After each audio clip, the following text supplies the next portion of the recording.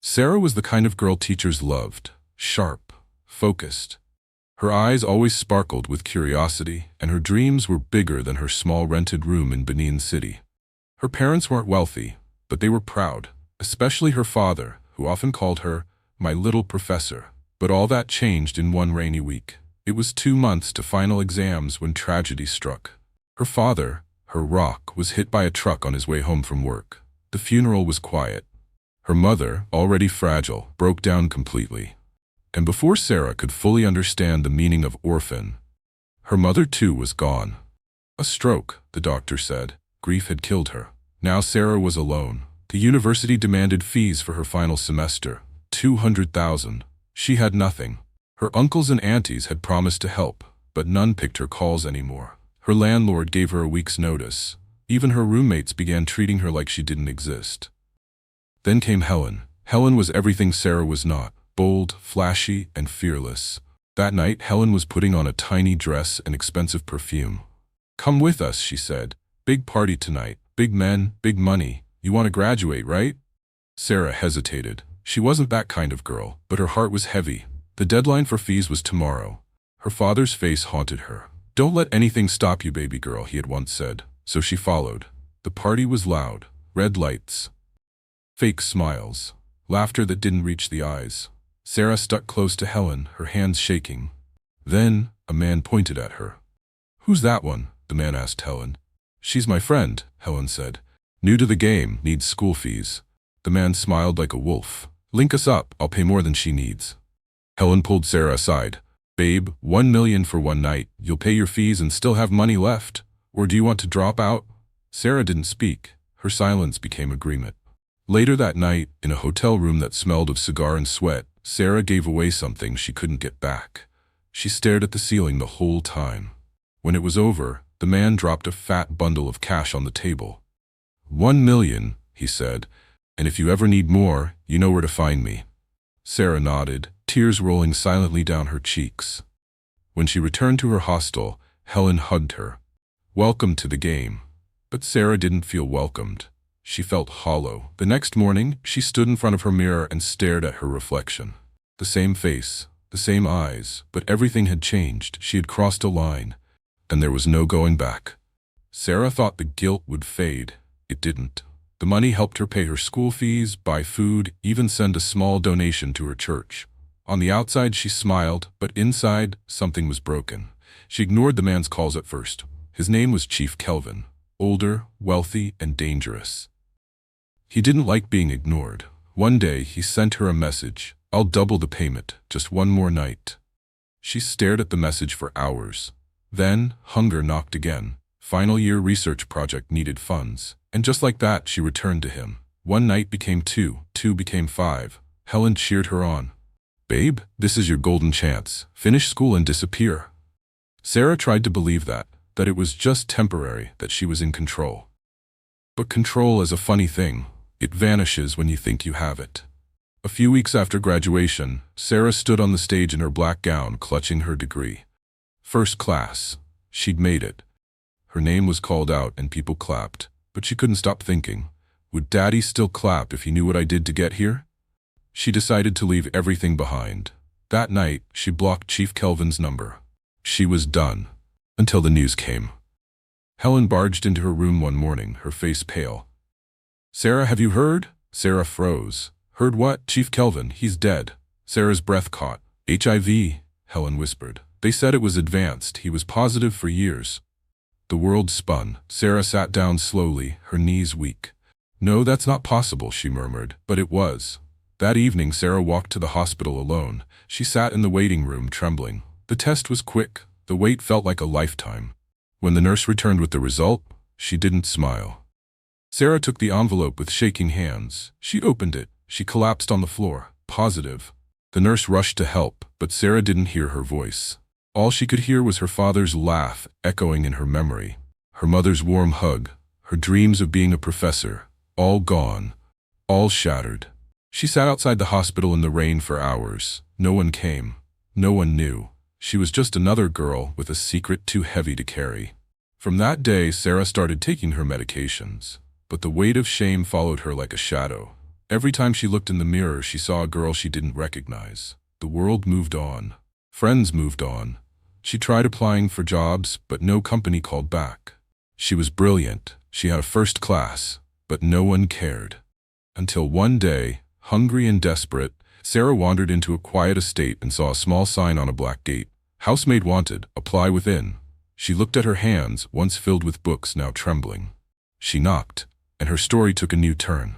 The black gate creaked open slowly. A tall, muscular man in a blue kaftan stepped out. He looked like he'd just returned from work, briefcase in hand. His eyes scanned Sarah from head to toe. "You saw the sign?" he asked, voice flat. Sarah nodded. "Yes, sir." "I need the job." He eyed her for a moment, then signaled the gatekeeper. "Let her in." Inside, the house was massive, painted cream and gold, with marble floors that echoed with every step. Expensive furniture, fancy chandeliers, a different world from Sarah's tiny, crumbling hostel. The man turned to her. "I'm Mr. Frank. I live here with my wife, our twins, and my father. You'll be helping with chores, school runs, laundry, nothing complicated. If you work well, you stay. If not, you go." Sarah bowed slightly. "Thank you, sir." She was shown to a small room at the back, a beautiful room. The room was decent and well-designed, but she smiled. "This is better than the streets." Over the next few weeks, Sarah adjusted. The twins, Daniel and Daniela, grew fond of her quickly. She helped with homework, braided Daniela's hair, even made their lunchboxes. Mrs. Frank barely spoke to her, always busy with church and business, but it was Grandpa who surprised her most. He was quiet, always sitting in the garden with a Bible and a flask of tea. He rarely smiled, but he often watched her with a strange look in his eyes. One day, while Sarah was sweeping his room, the door suddenly shut behind her. She turned and froze. Grandpa stood up slowly. His voice was low. "You're a very pretty girl." Sarah backed away, broom in hand. "Sir, I'm almost done." But he stepped closer. "You remind me of someone I once loved." Before she could speak again, he grabbed her waist. "No," she cried, struggling. But her voice was weak. Her fight had long faded. She didn't scream. She didn't run. She just lay there, eyes wide open, staring at the ceiling. Again. When it was over, he buttoned his shirt and handed her seared 10,000. "For your silence." She took the money, her hands trembling. That night, she sat on the floor of her small room and stared into the darkness. Was this who she had become? A girl everyone thought they could use? A few weeks passed. Grandpa began calling her into his room more often. Sarah didn't resist. What was the point? But everything shattered again the day Frank returned from work early. He found her asleep on the couch, exhausted. He watched her for a moment, then knelt beside her. She woke with a jolt. "Sir?" "Shh," he whispered, already pulling at her clothes. She didn't scream. When it was over, he handed her 20,000 and said, "Don't ever mention this to anyone." Sarah nodded, blank-faced. But that night she stared at herself in the mirror and whispered, "I'm not alive anymore. I'm just breathing." Weeks turned into months. Sarah moved through the house like a shadow, silent, obedient, broken. She cooked, she cleaned, she carried the twins to school. But inside, she was crumbling. Mr. Frank continued to slip into her room whenever his wife was away. His words were always the same. "You know you like it. Don't act innocent." And Sarah didn't resist. She had nothing left to protect. Until one morning, the house erupted in chaos. Papa's not breathing!" Daniela screamed from the hallway. Sarah rushed to Grandpa's room. He lay limp in bed, his eyes open but dazed. Foam formed at the corners of his lips. Within minutes, an ambulance arrived. Mrs. Frank was crying. Mr. Frank was panicking. At the hospital, the doctor came out with a serious look on his face. "Good news," he said. "He's stable, but there's something you need to know." Everyone leaned in. "Your father tested positive for HIV." Silence fell like thunder. Mrs. Frank gasped. "HIV? How?" "My father-in-law is 75. The doctor nodded. "It's in stage 1, but we caught it early. We've started medication. However, I strongly recommend the entire household get tested immediately." Mr. Frank's face darkened. "Doctor, are you sure this is not a mistake?" The doctor was firm. "No mistake, sir." They agreed to run tests on the entire family. One by one, blood was drawn. The weight was unbearable. Finally, the doctor returned, holding the files. "Frank, positive." Mr. Frank slumped into the chair. "Mrs. Frank, positive." Her scream echoed down the hospital hallway. The children, both negative. Relief mixed with confusion. But then came the final name. The doctor looked up. "We need to test your housemaid as well." Sarah froze. Her hands trembled. Her feet felt like stone. I don't want to," she whispered. Mr. Frank snapped. "Why not?" Then the doctor asked gently, "Is there something you want to tell us?" Sarah burst into tears. "I already know my status," she sobbed. "I've been positive since I left university." The room went silent. She dropped to her knees. "I didn't mean to hurt anyone. Grandpa forced himself on me. And then Mr. Frank." Mrs. Frank turned sharply to her husband. "What did she say?"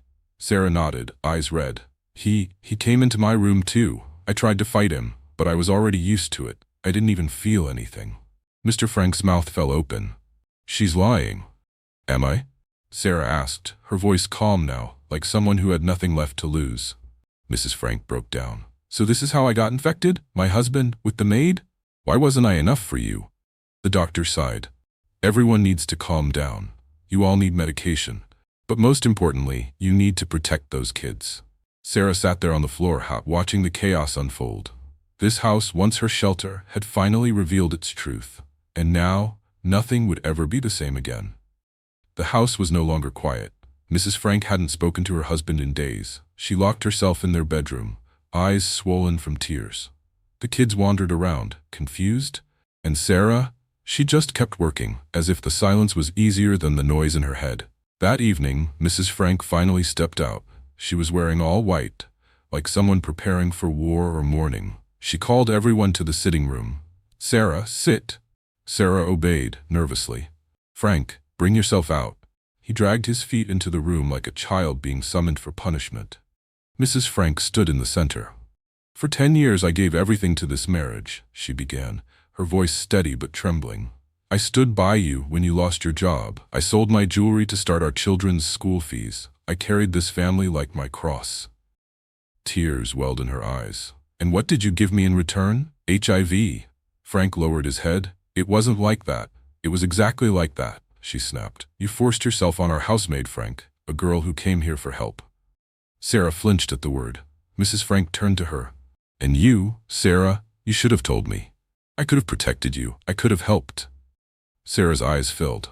"I was scared. I thought no one would believe me." "Do you think I believed my husband?" she asked. "No, but I had to pretend. For the children, for appearances, for the church." She sighed. "But now, I have a virus. My children will grow up asking why Mummy takes pills every day." Frank tried to reach for her hand. "Don't," she said, stepping back. "Don't touch me." "I was weak. You were evil," she cut in. The room fell silent again. Then she said something that shocked them all. "I'm leaving." Frank looked up, stunned. "What?" "I'm taking the children. You can keep your house and your shame. I'm done pretending." Sarah stared, heart racing. She didn't expect that. Mrs. Frank turned to her again. "I don't hate you, Sarah. You were used, just like I was. But you need help. Real help." Sarah bit her lip, holding back tears. "If you want to live," Mrs. Frank continued, "you must stop letting people break you. You are not what happened to you." With that, she walked away. Frank collapsed onto the couch, his head in his hands. "God, what have I done?" Sarah stood up slowly, dizzy with emotion. She had thought she was the only one suffering, but in that moment she realized. Pain spreads. It poisons homes, ruins lives, and sometimes it's the people closest to you who cause the deepest wounds. As Mrs. Frank packed her bags that night, Sarah watched from the kitchen window, asking herself a question.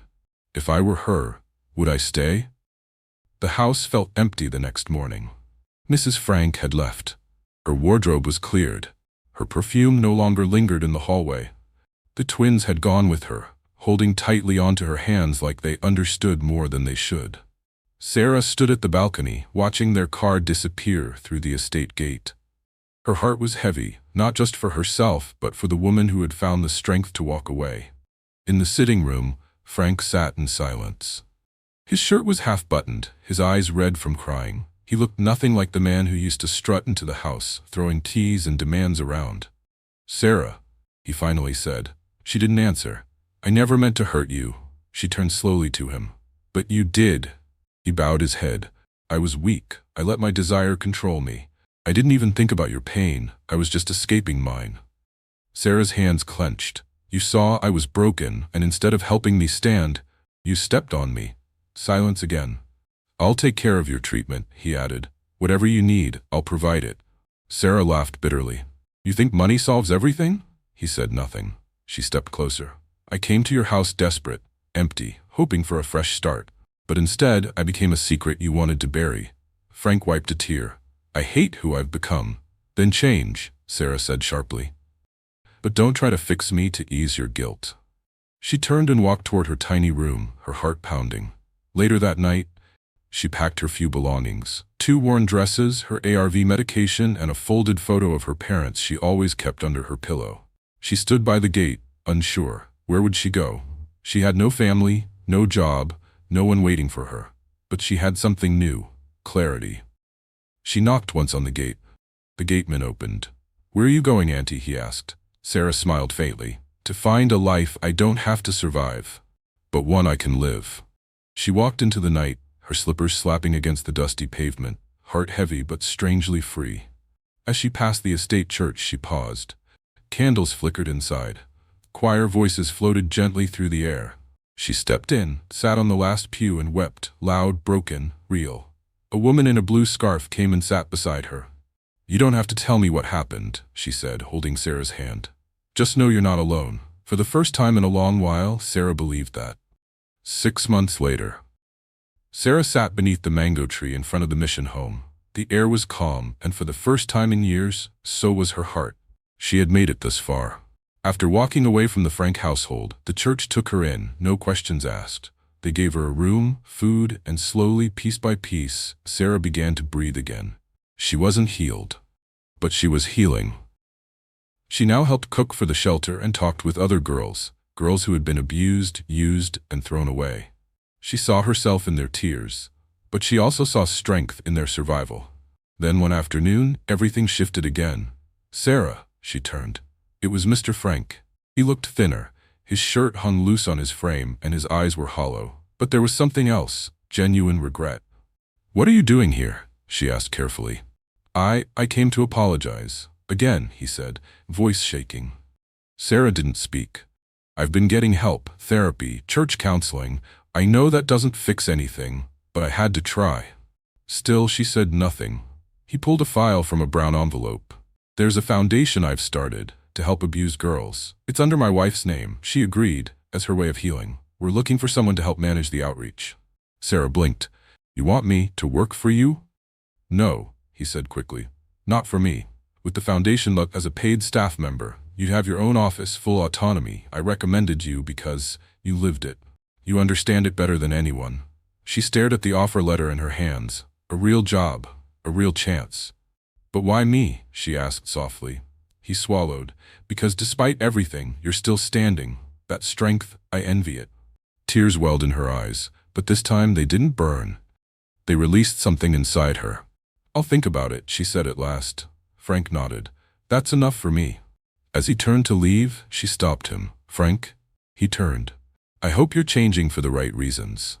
He looked her in the eye. I hope so too. That night, Sarah sat in the mission church, reflecting. She shared her story with the youth group. From the first night at the club to the test that shattered the Frank family. She left nothing out, not even her own mistakes. After the session, someone asked, what would you say to other girls in your shoes? Sarah looked at the camera, speaking now to you, the viewer. If you were Frank's wife, would you have stayed or walked away? And if you were me, carrying shame, pain, and a second chance, what would you do next? She paused, voice steady. Drop your answers in the comments, because someone out there might need your truth. Then she stood up and smiled. My name is Sarah, and this time I'm choosing life. Now let me ask you, if you were Frank's wife, what would you do? Would you still stay and live with Frank, knowing he cheated and gave you HIV? Or would you pack your bags, take your children, and leave to protect your peace? And as for Sarah, a girl who lost everything, was used, and is now trying to rebuild her life, what advice would you give her? Should she accept the job from the man who hurt her? Or should she walk away and find her own path? Drop your answers in the comments. Someone out there might need your words to make the right choice. Thanks for watching. If this story touched you, please don't forget to like, share, and subscribe.